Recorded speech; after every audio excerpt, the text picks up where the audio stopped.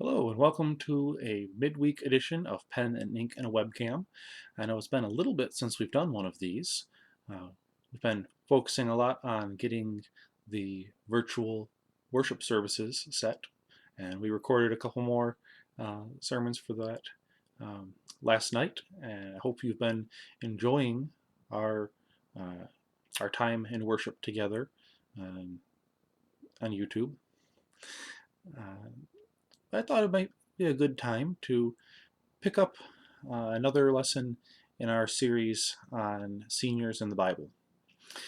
Today's is going to involve two individuals that we've spent some time with. One uh, being someone that we are studying right now on Sundays, and one that we've already looked at in this senior series. It's Moses and Joshua. Now, when we talked about Joshua before, we associated him with another man that he is often talked about at the same time with, and is Caleb.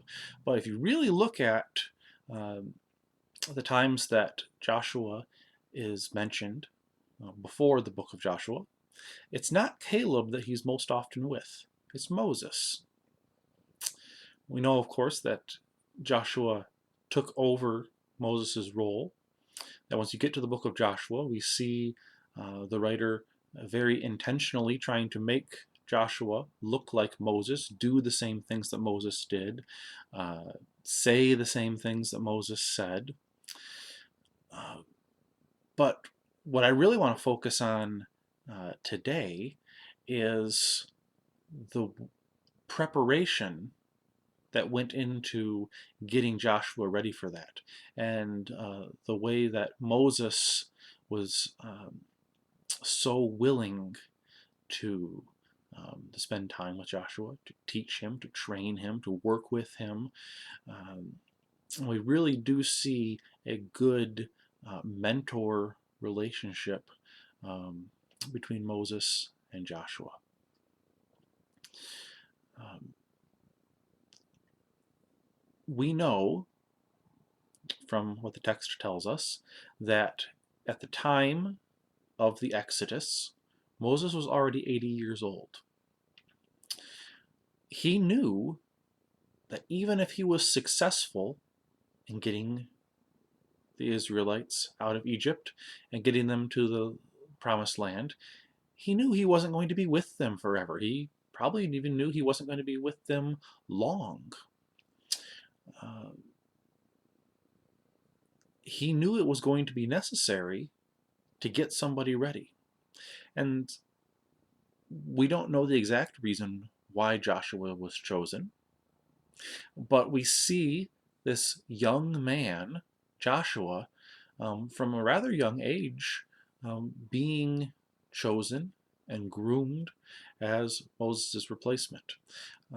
As we said in our Joshua video, we don't know exactly how old Joshua was at any point in his life except at his time of death, but from some of the things we've looked at, we know that Joshua could have been as young as 19 when um, when the Israelites came out of Egypt.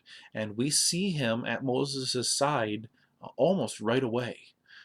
We see very early on into the time in the wilderness, even before the the spies were sent out and Joshua was among them, we see Moses trusting Joshua. The first time that he shows up, um, Joshua is appointed to lead a military um, raid.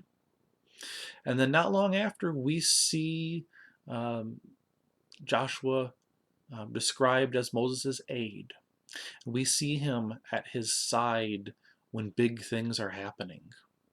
Um, I think I think when we talked about Joshua, it's been a little bit.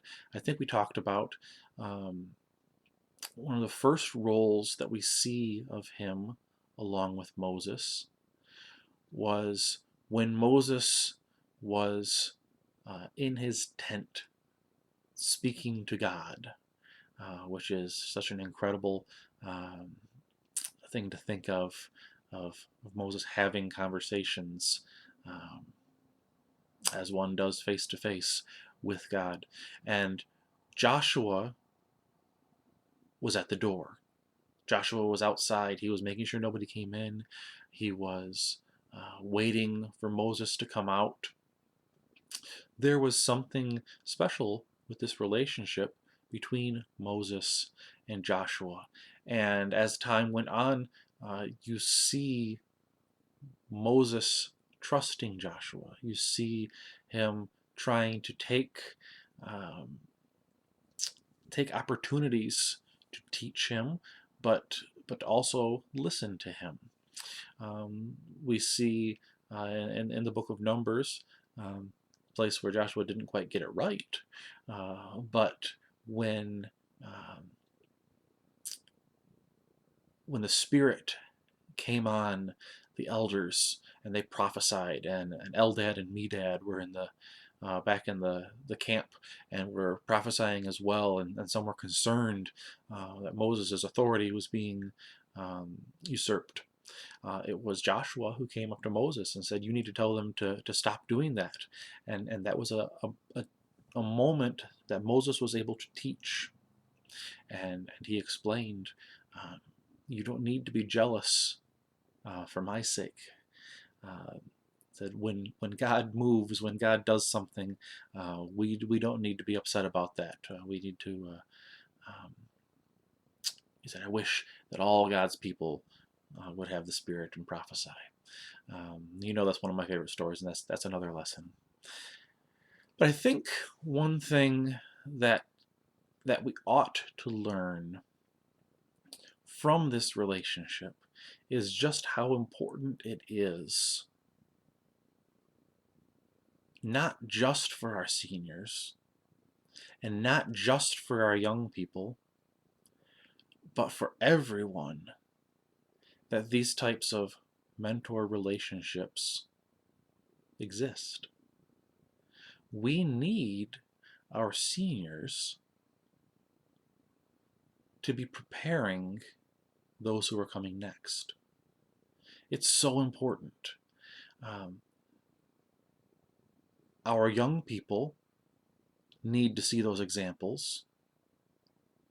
Our seniors need to be able to see what's going to be left when their time is done. And the more connections, the more bridges we can build in our churches, in our society, uh, the better it is for everyone. Um, I spent uh, the early years of my ministry doing youth ministry, and one of the things that was important to me, and as I look back, it should have been even more important, was connecting up our young people with some of our seniors. Um, that was something that I learned firsthand uh, in the ministry that my parents had. Um, when I was rather young, my parents were asked to work with the ministry, working with the seniors in our congregation. They called it the Young at Heart. And I got to know very well um, many of the older members of our congregation. And um, within my unique situation of when I was working in youth ministry, getting to work in that same congregation, I really appreciated getting the opportunity to introduce um, the young people to some of those same seniors that I had learned from. Um, Looking back, I think um, I think the more that we can do that sort of thing, the better. Um, I I hear sometimes um, our seniors talk about the concern for leadership of the church in the future, saying that there doesn't seem to be um, uh, younger members interested in the eldership and not interested in leadership, and I wonder how much of that comes from not getting the opportunity to see that job, to see the work being done in the same way that Joshua did with Moses. It wasn't something that happened right away. Uh, Joshua trained for 40 years, watching Moses, learning, seeing what exactly the task is. Um,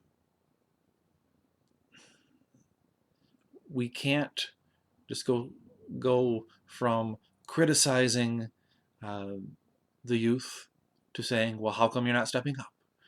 Um, we need to build those relationships. All benefit. The seniors get to see what the future will look like. The younger members among us get to learn what they can be and what it looks like to lead and what some of their potential might be. All of those blessings for the future, and perhaps even more blessings for right now, because we become a closer family. We become what we're called to be, not a group that all agree on some things but then go to their corners. Um, the teens go over there, and the young adults go over there, and the kids go over there, and the seniors go over there, and we all spend our time in our corners, and then we come together to sing some songs every now and then fight over what those songs are going to be. Uh, we need to be a family. We need to find ways to bridge those generation gaps. We don't need to fight about which generation gets it and which generation doesn't. Um, we've all seen that, and it does nobody any good. We're spending some time looking at Moses, and a lot of our focus on our Sunday mornings has been um, at the very beginning of um, his ministry, if you can call it that, his time leading God's people, his initial call, as we're looking at Exodus chapter 3. But I think we really can learn from all of the ways that he was preparing for what was going to happen when he wasn't going to be there anymore. He didn't know when it was going to be.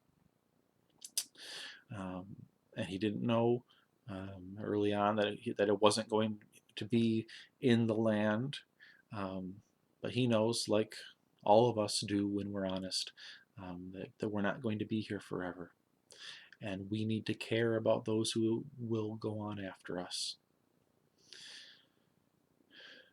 So this is an encouragement not just to the seniors, which has been the primary focus of this series, but to all who might hear this. We need each other. We need all of us to come together and learn from each other and get the best of what each other offers. We will be stronger, and we will look more like God's people if we can do that. That's all for today. I hope you will check out um, this Sunday's worship video. If you have feedback from any of these, we'd love to hear it. I'd love just to hear your voices. But until next time, I will leave you with the words of 3 John. I hope to see you soon, and we will meet face to face. Peace to you.